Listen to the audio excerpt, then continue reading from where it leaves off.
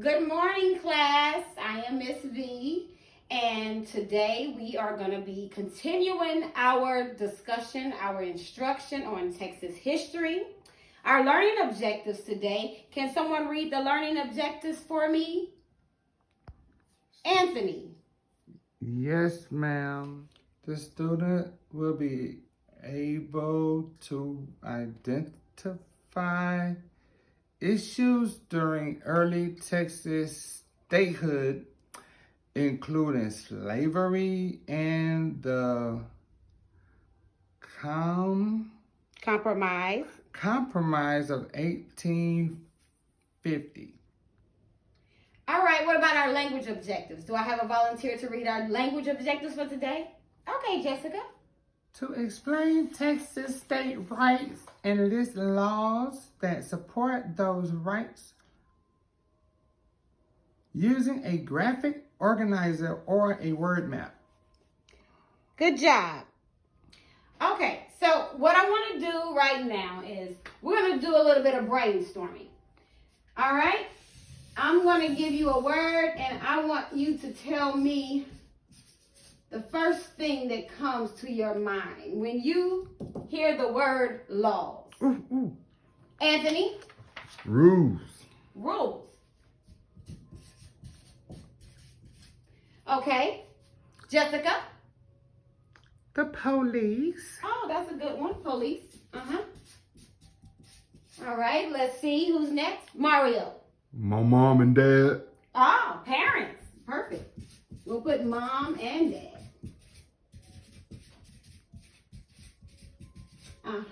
All right. Azrael.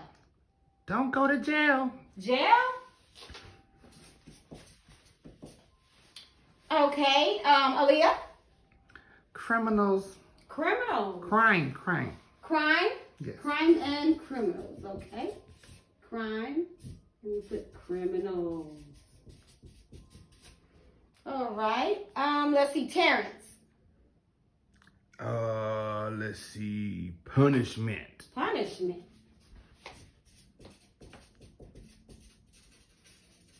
Okay. Asia. A lawyer. Lawyer. That's what I'm gonna be.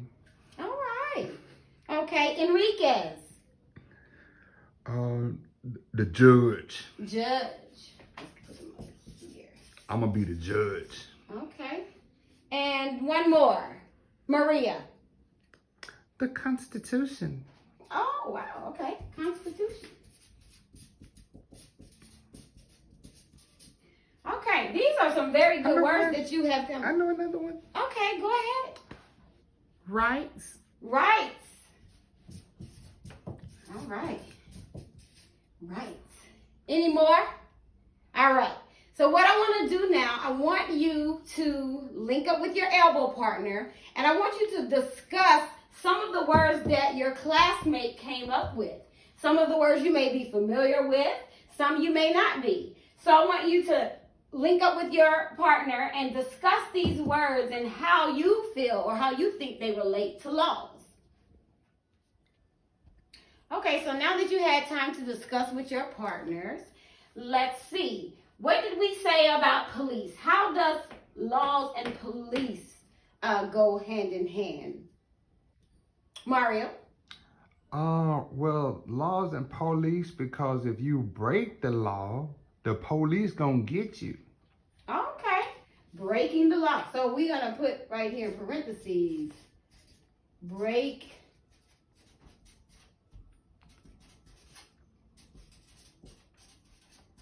okay, so they enforce, or the police are the ones who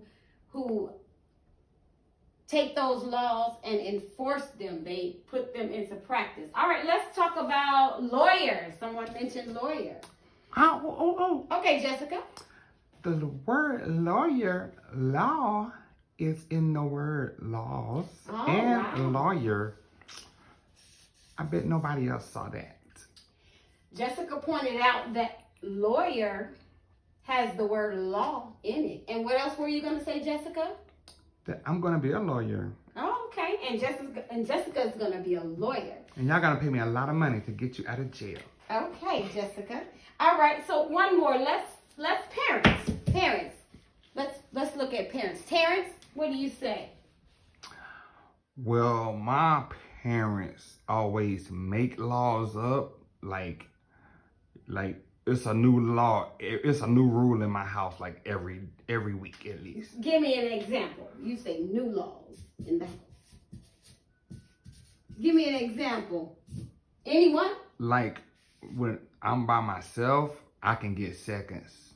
But when my cousins them come, I can't get seconds. So the laws change when people at the house. And seconds, what do you mean by seconds? Like more food. Oh, okay. A second helping of the food.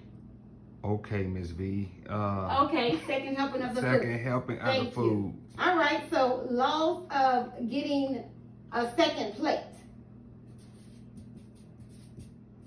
Okay, so now that you had that opportunity to discuss with your partner the words that you came up with that relates to laws, I want you all to think of some laws that you know of in Texas, some Texas laws. I want you to work with your partner again and think about some laws that concerns Texas.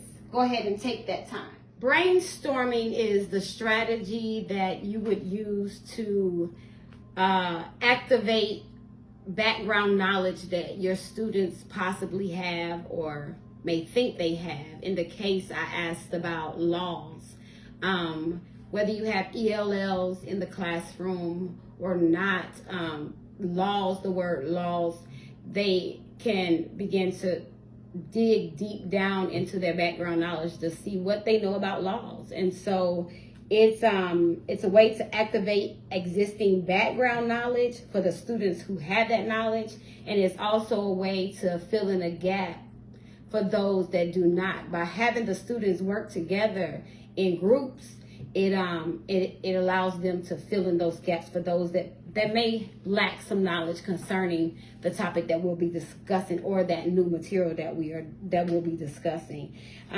Also for ELLs, brainstorming may be their first exposure to new vocabulary. They hear how words are pronounced. They see words written down. When you think about laws, when I asked about laws, some said police, some said parents, some said mom and dad. We had a student that said Constitution.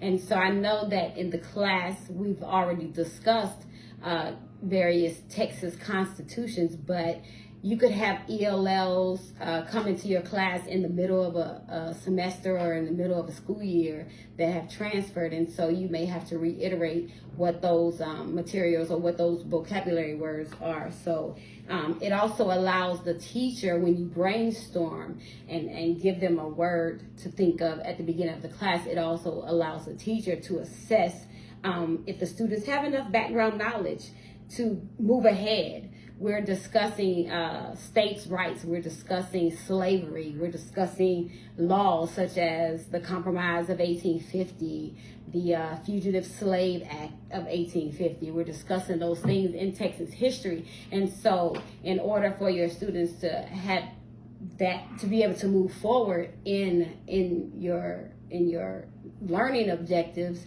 you have to be able to get that background knowledge. Do you know what laws are before we move on to anything else and start discussing those laws?